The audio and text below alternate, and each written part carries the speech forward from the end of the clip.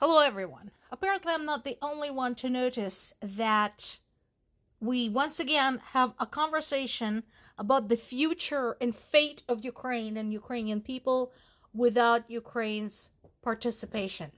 Before we go forward, there's a couple of things I wanted to show you because I want you to understand what we are dealing with here and what people of Ukraine are dealing with. Because I absolutely want for you to keep that in mind as you go through the news.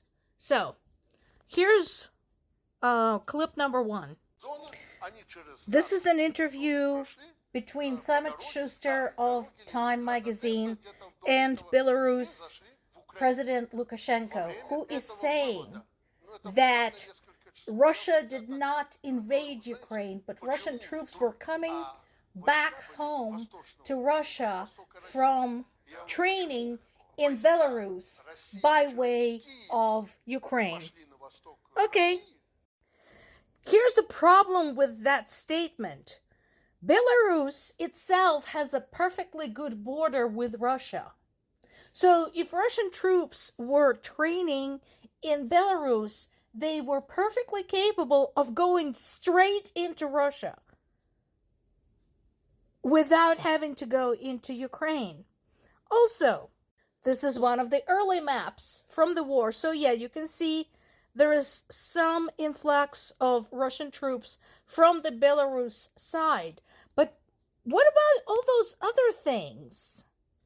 What about all of those other things, all those troops on the eastern border of Ukraine? Where did they come from? Did they come from Belarus too? And then somehow neatly appeared as if they were coming in from the east? How is that supposed to work? This next video is from 2022 in Bucha. Radio Freedom had published a security camera footage in which a Bucha man, a 70-year-old man, was murdered by Russian invaders who then robbed his corpse.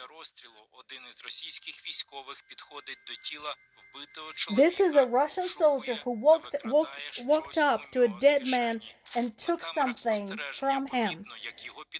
The video proceeds to show Russian soldiers breaking into a store and taking stuff from there, basically marauding. A whole other group pulls up in a fucking tank. They break the glass on the door, and then, unable to dislodge the door itself because it has a metal frame, they crawl through the opening they made and then proceed to carry shit out. So I wanted you guys to see this. This is the lies that Ukraine is having to deal with surrounding the war. And that is what happened in Ukraine. And that is just one example. Eventually, Bucha was freed, but not before the slaughter, the pillaging, all of that marauding, the rape of young teenage girls committed by Russian soldiers. So, as we are talking today about everybody and their brother telling Ukraine to negotiate, this is what was done to Ukraine. Meanwhile, Trump continues to play footsie to Putin, as to be expected. Remember, I told you, do not be in a rush to rejoice after Putin's relationship with Trump seemed to sour. That was temporary. Something is going to happen and he's going to flip right back. And that is exactly what happened. That is exactly what happened. Because now, basically what they're working on is Trump meeting with Putin. without Ukrainian participation. And Putin already said that the only way he will agree to meet with Zelensky is if Ukraine withdraws its troops from the Donetsk region. Why? Donetsk region is Ukrainian territory. Why should they withdraw their troops from their own territory, from the part of their own country? How about Russia withdraw its troop from everywhere? That'd be great. And yeah, of course China is so happy that US and Russia are playing nice again. Of course. That is exactly what they fucking want. And once again, we're now setting precedent for a big country getting away with invading a smaller country, and China is watching. Is everybody okay with that? Do you want to hand them that precedent? And Poland's Tusk said the same thing, that we might be approaching a freeze, but I would imagine Poland doesn't feel too cozy about that. As I mentioned in the past, Poland and Ukraine have a very sordid, very violent history between the two of them. They have been allies in the past, and they have been sworn enemies in the past.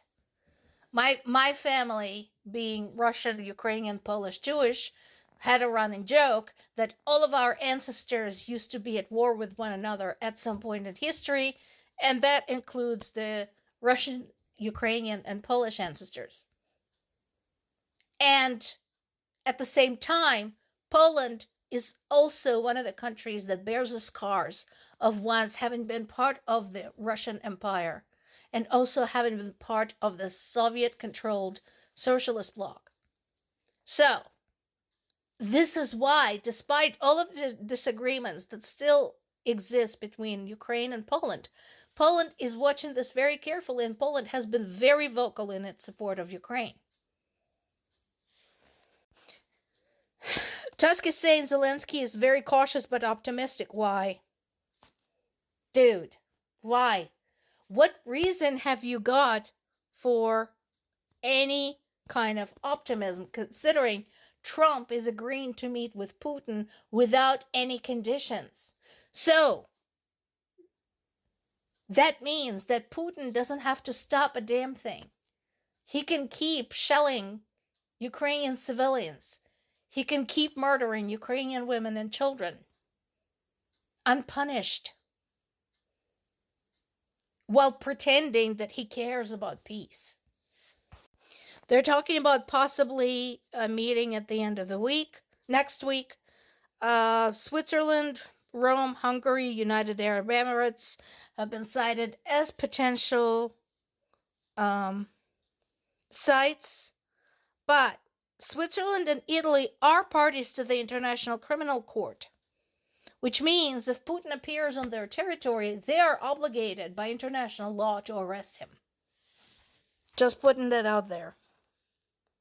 And this, by the way, is the only detail so far that's come out following Witkoff's visit to Moscow, is that he put forth an idea of the